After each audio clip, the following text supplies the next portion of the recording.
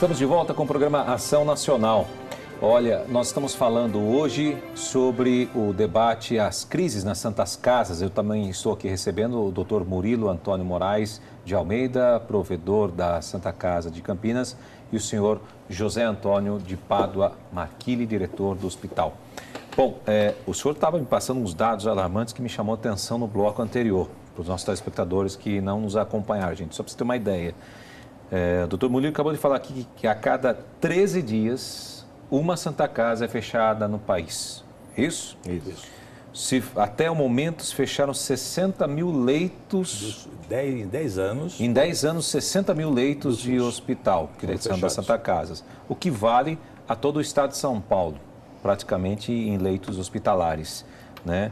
A dívida das Santas Casas hoje chegam a 24 bilhões de reais, que é praticamente impagável, se for para poder falar bem na realidade, a situação, né? Nós estamos vivendo realmente uma situação caótica diante da situação pública do país. É muito sério o que a gente está vivendo hoje.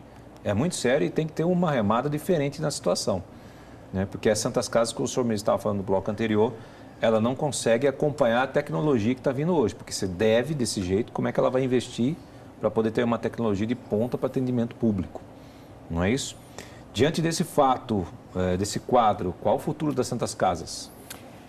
Bem, Júnior, eu diria o seguinte, existem alguns programas do governo, que a gente tem que citar, principalmente no estado de São Paulo, que tenta, de alguma maneira, dar mais sobrevida, né, a algumas Santas Casas e conseguiram. Eu posso citar alguns exemplos. A nível federal foi criado o chamado ProSUS. O que é isso? Você pega a sua dívida tributária de INSS, Imposto de Renda, congela, é um refis, congela aquela dívida e a partir de então, todo mês você tem que pagar esses tributos federais, que naturalmente qualquer associação, qualquer empresa tem que pagar. Se você conseguir pagar regularmente durante 15 anos, né, essa dívida, esse refis, né, praticamente desaparece. Então, é um refis muito interessante. Desde que você tenha uma estrutura para investir no seu hospital, que esse hospital ganhe em qualidade de gestão, para ter um resultado, em capacidade técnica para ter um resultado e muito investimento em tecnologia para ter resultado. É um refis interessante em relação aos anteriores? Sim. Por quê? Os anteriores eu teria que pagar o passado e o presente ao mesmo tempo. O presente você não consegue nem pagar. Como é que você paga o passado? Então, olha, do marco zero vocês não pagam. Mas, daqui para frente, não existe perdão. Paga-se todo mês, senão você perde esse benefício. Tá. Então, se criou esse programa há alguns anos atrás e 300 Santas Casas, né, aderiram à possibilidade de ter esse programa com você.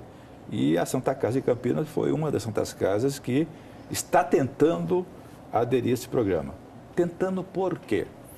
Você tem que fazer todo um projeto, um business plan imenso, né, onde vai mostrar a médio e longo prazo que você vai ter viabilidade econômica e financeira para ter uma posição sustentável de sobrevivência pelos próximos 15, 20, 30 anos.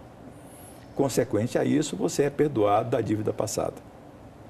Mas como é que você vai fazer essa mágica neste momento, onde os recursos que você recebe para aquilo que você está prestando esse serviço, mais uma vez, seja ele clínico ou cirúrgico, hoje não cobre 50% do seu custo. Então, as Santas Casas buscaram alternativas para poder compensar este cobertor curto. E eu posso citar para você aqui, exemplo, duas alternativas que algumas Santas Casas fizeram a nível de Brasil. Uma primeira foi criar sua operadora própria. Então, hoje nós temos, se não me falha a memória, 115 Santas Casas que têm uma operadora de saúde. Bem gerida, dá um reflexo financeiro interessante, este dinheiro é colocado na viabilidade, né, da gestão, né, e da sua atividade fim da Santa Casa. Essa é uma possibilidade muito clara que quem tem hoje uma operadora saudável, filantrópica ou Santas Casas, está relativamente quase no azul e está conseguindo pagar os seus tributos regularmente. Essa é uma saída. Ou uma outra saída que alguns hospitais fizeram. Posso citar Santas Casas, o Santa Isabel em Salvador. Ele tem um hospital de primeiro mundo para um público particular ou conveniado de operadoras, que também dá uma rentabilidade, e esse dinheiro alimenta exatamente o SUS. E com isso ele consegue entrar no programa. Então, são essas duas vias hoje possíveis, porque as outras são vender patrimônio para pagar essa dívida ou se endividar em banco. Isso aí é a morte certa. Então, são alternativas criadas ao longo do processo, desses anos todos, dessas Santas Casas para sobreviver. Eu posso citar um exemplo para você, que nós estamos trabalhando há exatamente 9 anos, num grande projeto de um novo hospital, de uma nova Santa Casa, usando toda aquela estrutura hoje de quase 27 mil metros quadrados que nós temos no centro da cidade, ali na região do Cambuí. Tentando parceria privada para poder ter a sustentabilidade para entrar num processo desse. Então, essas variáveis todas foram maneiras criativas de sobrevivência. Eu quero fazer diferente para ter um resultado diferente. Se eu continuar fazendo a mesma coisa, fecha tudo. E isso é muito preocupante. Sim. Isso eu ouvi do falecido, grande amigo nosso, professor Adib Jatene. Murilo, você como provedor, você não é provedor de Santa Casa, você é sofredor da Santa Casa. Sofredor mesmo. Não é verdade? É isso mesmo. Agora, você tem que Porque imaginar, realmente, buscar coisa diferente para ter resultado diferente. Esqueça que nenhum país do mundo, isso eu posso entrar nesse bloco ou no outro, nenhum país do mundo vai ter recurso financeiro para dar saúde de A a Z para toda a sua população. Não existe esse dinheiro no mundo. Sim, até fazer isso, perguntar para o senhor José Marchini, que a gente tem que se reinventar, né? Sim. No caso, principalmente o senhor aí, como Sim. diretor da Santa Casa, pagar as contas, e saber para onde vai. Na verdade, a Santa Casa está tendo que se reinventar nos últimos tempos. E como, né? E como? Sem dúvida. Porque o dinheiro é curto, então às vezes você, por exemplo, nós pagamos os colaboradores e deixamos algumas contas depois, depois nós pagamos, a gente seleciona, porque o dinheiro você sabe como é que é, né? O dinheiro a remuneração do SUS é pequena, ele não paga nem a metade do que a gente gasta com o paciente. Sem dúvida. Bom, diante desse quadro, doutor Murilo, vocês, no início do mês de agosto, eu tenho até aqui, que a produção preparou, vocês fizeram uma carta aberta aos candidatos à presidência da República. Não foi isso? A União das Santas Casas enviaram aqui reivindicando aos presidenciáveis. Né? Gostaria que o senhor falasse um pouquinho o que consta nessa carta aqui, que eu estou vendo aqui, tem umas 3 páginas aqui. É muito simples. Júnior, é aquela história, né? O papel aceita tudo, não é verdade? O papel aceita tudo. Aceita tudo. Até os balanços, né? Sim. Até os balanços. Gráficos e você vê nessa história do mundo inteiro, né? Grandes bancos, grandes corporações, balanço bonito, resultado no azul, mas tinha um buraco por trás invisível, chamado buraco negro, né? Que enterrou nessa confusão aí de 2008, essa bolha que estourou, não, quase quebra todo mundo. Muito bem. Sim, inclusive o banco lá escondeu todas as informações quando foi ver, então, o negócio já estava... Já tinha passado. Um rombo. Mas eu digo para você o seguinte, o presidente tramitou em Congresso Nacional, na Câmara e no Senado, né, um teto de gasto. Olha, segurança vai gastar esse ano tanto... a educação tanto, a saúde tanto. Muito bem. De que maneira essa mágica pode ser feita?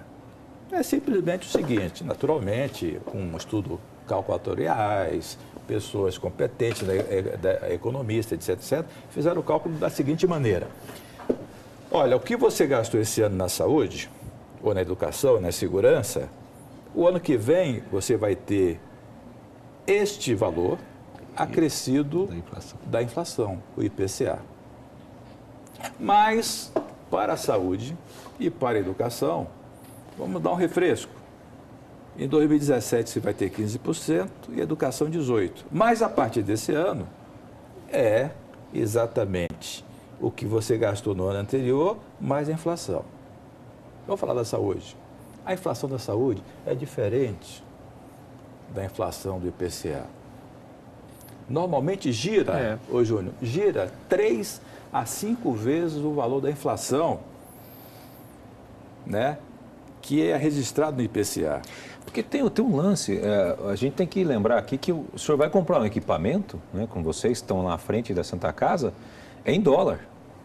Só a maioria, do dólar. A grande maioria, né? A grande maioria. Estamos falando de R$4 dólar quase, né? 4,15, 4,20, né? Como é que vocês compram um equipamento importado? Ou sua dívida também pode ser em dólar? A dívida é em dólar, né? Porque você comprou um equipamento importado. Sim. Aí nós tem que lembrar isso. Né? Ô, Júnior, aí nós temos uma matemática e um número que não vai bater jamais. Então, assustado com essa forma de fazer e o papel insistir que tem que ser assim, é uma lata de sardinha, tem que caber tudo ali. Aí fizemos um movimento, como eu falei para você, eu participo também da federação. Tivemos congresso da confederação recente, que a gente faz normalmente em Brasília em maio, né? Buscando alternativas. Como nós criamos no passado a Frente Parlamentar Pró Santas Casas, né? Isso a nível do governo federal, foi criado também no estado de São Paulo, a Frente Parlamentar Pró Santas Casas do estado de São Paulo, e nós criamos em Campinas a Frente também Parlamentar Pró Santas Casas da região metropolitana de Campinas. Muito bem.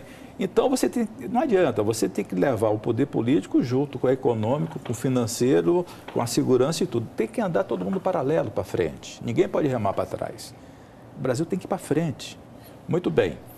Com isso, mostramos o quê? Se você pegar esse segmento chamado saúde, é o único segmento onde a tecnologia melhora e o custo aumenta.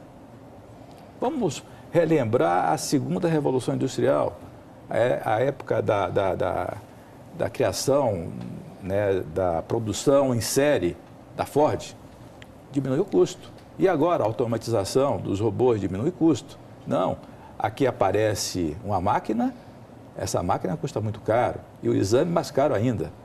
Quer dizer, a inflação é muito maior.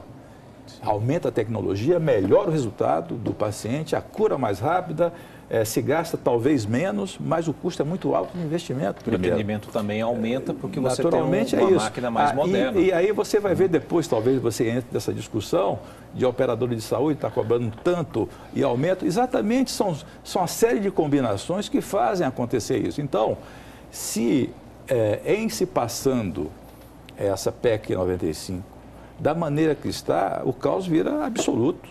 O caos vira absoluto, porque jamais nenhum país do mundo, muito menos o Brasil, vai ter recurso suficiente, está entendendo, para bancar 150 milhões de brasileiros que hoje tem, que é atendido pelo Sistema Único de Saúde. Bom, a gente precisa ir para um rápido intervalo, estamos debatendo aqui a questão da saúde pública e a questão das crises nas santas casas no país. A gente volta já.